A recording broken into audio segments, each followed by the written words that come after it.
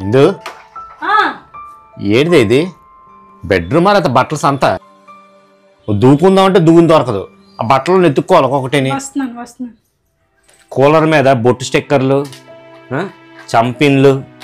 పిన్నీసులు ఇవి ఇక్కడ ఉండాల్సినవి ఇది కొద్ది పట్టుకుంటారా జోబులెట్టు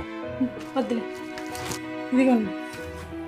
ఆ బట్టలు ఉతికిన బట్టలు మడత పెడదామని అక్కడ పెట్టాను నువ్వేం చేస్తావో తెలీదు నేను వచ్చినప్పటికి ఈ బట్టలే ఉండకూడదు గుర్తుపెట్టుకో పడుకో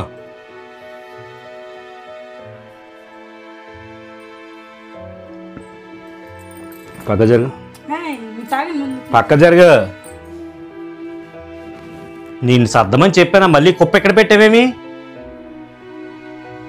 నేను అన్ని సర్దిన తర్వాత మిగిలిన కుప్ప ఇది చిచి బట్టలు ఇవి ఇక నా వల్ల కాదు నేను సర్దలేను సర్దడానికి కూడా బీరువాళ్ళు లేవు సాకులు చెప్పడం నేను మించినోడు లేరు నీతో మాటలు పడే కన్నా ఆ పాత బట్టలు తీసుకున్నాడికి బట్టలైనా ఇస్తే మనకు సామాన్లైనా ఇస్తాడు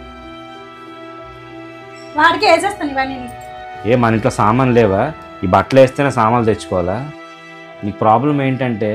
నీకు కావాల్సిన దానికన్నా ఎక్కువ బట్టలు నీ దగ్గర ఉన్నాయి నీ దగ్గర ఏదైనా సరే ఒక కొత్త బట్ట వచ్చినప్పుడు నీ దగ్గర ఉన్న పాత బట్టలు అవన్నీ నువ్వు వాడుతున్న బట్టలు అవన్నీ ఏదైనా సరే అది అనాథ శరణాలయానికి ఇచ్చి అన్నీ నువ్వు వేసేసుకోలేవు కదా కాబట్టి నేను ఇలా చెప్పినట్టు చెయ్యి మరి పాత బట్టలు ఇవ్వచ్చో లేదో నువ్వేవి చిరిగిపోయిన బట్టలు ఇచ్చలేదు కదా నువ్వు వాడినవి వదిలేసిన బట్టలు ఇస్తున్నావు పర్వాలేదు